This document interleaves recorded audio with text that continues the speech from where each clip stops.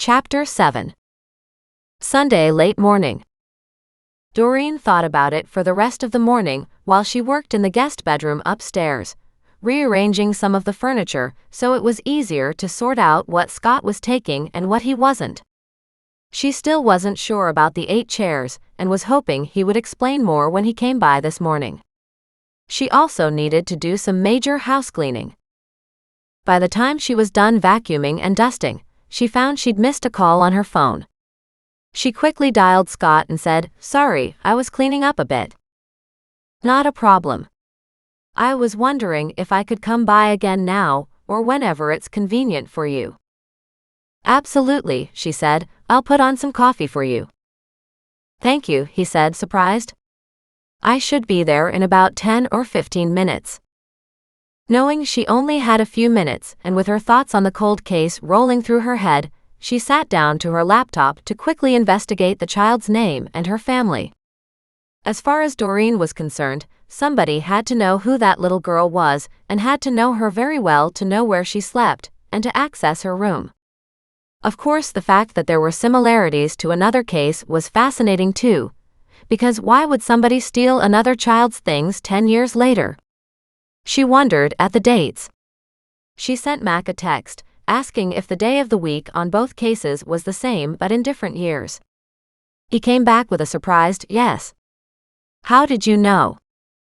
"I didn't, but I was wondering," she texted. She made some notes for herself on a new notepad and stuck it in a blank folder. When she got up, she saw Scott pulling in her driveway.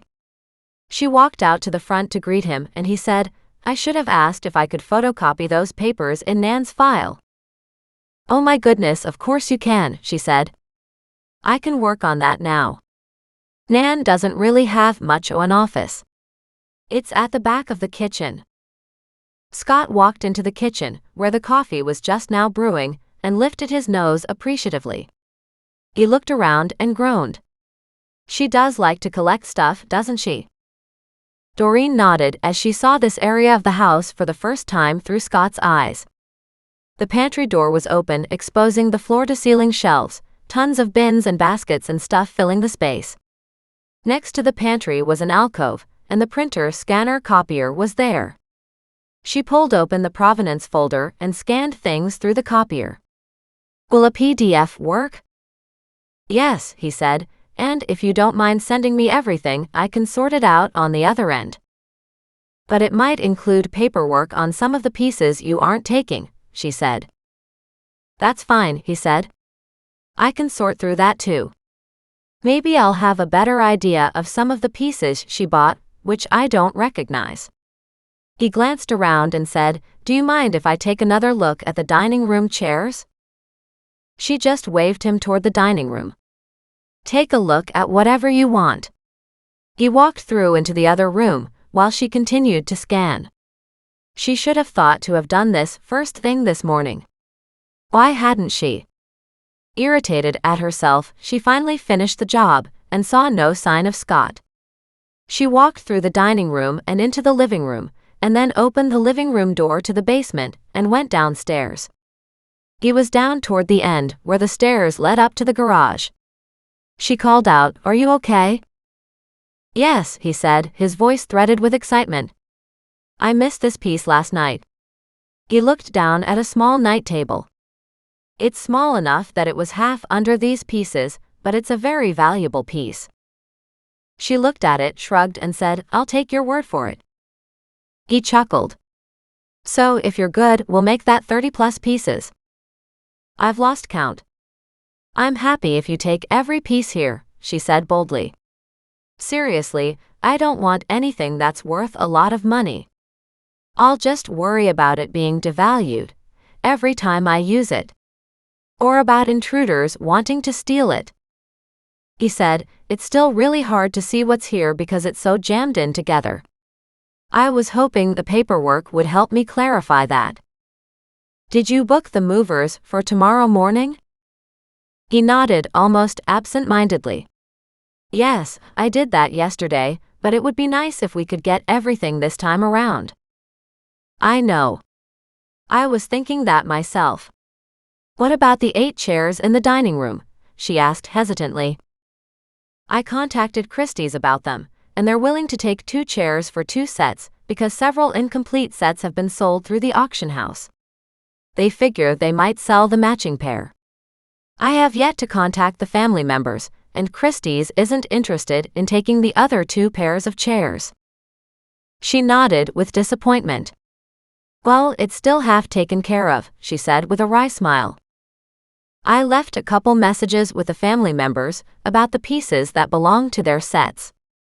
Just then his phone rang and he looked at it and grinned. Now that is synchronicity. He answered the call while she stepped back, realizing she hadn't yet taken him into the other half of this room.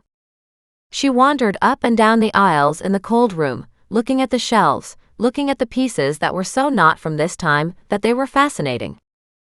Finally, he came around the corner to her. They want them, but they don't want to pay much for them, he said apologetically. How much are they wanting to pay? She asked. I have to confirm the price with you first, but they were willing to pay $250 a chair. It's not thousands, but at least I don't have 2 odd chairs I have to get rid of. Exactly, he said. If you're good with that, why don't we arrange for them to come today or tomorrow to pick them up? Good enough, she said. What about the other 2 chairs? Still no answer, he said. Are they worth much more than that? Not really, he said. At this point, the price is what people are willing to pay. We'll still have that problem when we go to auction. You could get a better price for a lot of items, and you could get a much worse one. Right, she said, understanding. But 500 would be 500. And I could have it this week maybe. Exactly, he said. If we could get that for the other pair, you'd have another 500, and I'm taking the other 4 with me. She nodded, then turned, pointed, and said, I didn't get a chance to show you the stuff in here.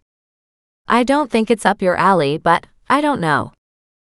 He stepped in, noting how different the smell was. This must have originally been a root cellar. And then he caught sight of what looked like a butter churn and a huge mixer on the floor, and his gaze turned rapturous. Wow. Your Nan was a smart lady. Why is that? Because these pieces, although nothing like the other antiques she bought, definitely have a lot of value attached to them too. He ran his hand lovingly down the beautiful butter churn with its big handle rising out of the top. He pulled the lid off and looked at the churning paddle on the bottom and said, This would be more of interest to a very specialized collector. Again, not my field. But I'll contact somebody about them. Christie's does occasionally take in pieces like this. I'm surprised Nan doesn't have any artwork. He marveled as he looked at the full shelves. I don't know if she does or not, Doreen said. I haven't looked really well down here. And did we even look at the paintings upstairs? I did, he said, but nothing of any value is there. That's good to know, she said cheerfully. That means I can get rid of them. Some of them are pretty ugly. He chuckled. Again, it's not necessarily my field, but I didn't recognize any of the artists. What you need is a local antiques dealer who maybe can sell some of the stuff for you and give you a commission on it. Absolutely, she said. Maybe Fen can do that. I really appreciate your help, Scott. He stepped back and took several photos and sent them off. One of my colleagues has a passion for this old kitchenware from the pioneering days. And some of this appears to be from ancient England. Almost medieval times, except it can't really be that old. They didn't have these metals then, he said thoughtfully. He stepped back with a happy sigh and said, Your house is a gold mine. It has been so far, Doreen said. She led the way back upstairs. If you want to keep working down here, that's fine by me. I'll go up and see if all that scanning came through.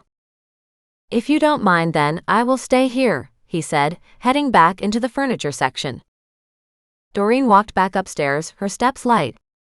If she could just empty this house of all its furniture, she'd have so much space. Sure, some pieces weren't worth much, but other pieces were obviously worth a lot. And for the first time, she found herself thinking of this as her house.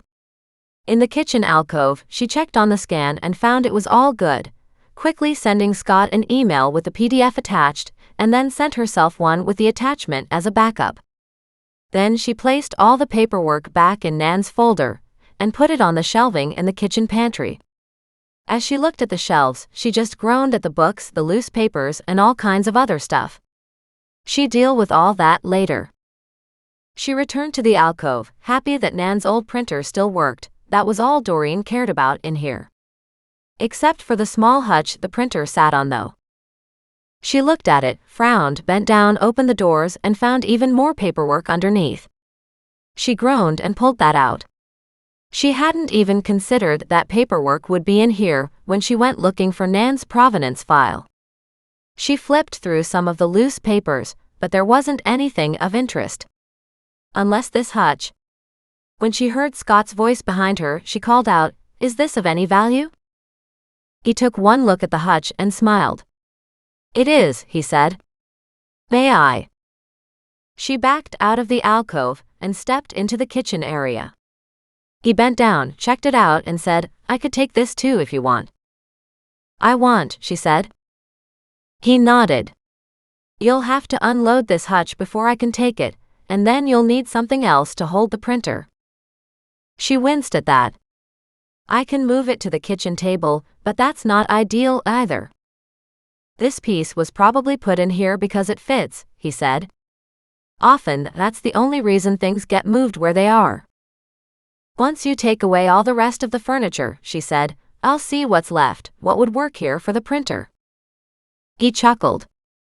"There won't be a lot because we're taking most of it." "Then you're helping me clean out Nan's junkyard," she teased. "Her expensive junkyard," he corrected with a smile. He turned toward the pantry, looking inside, and said, "An awful lot of papers and books are in this pantry as well." "I know," she said, groaning. "I have no clue what to do with these books, but they're ancient." He looked at them, and his jaw dropped.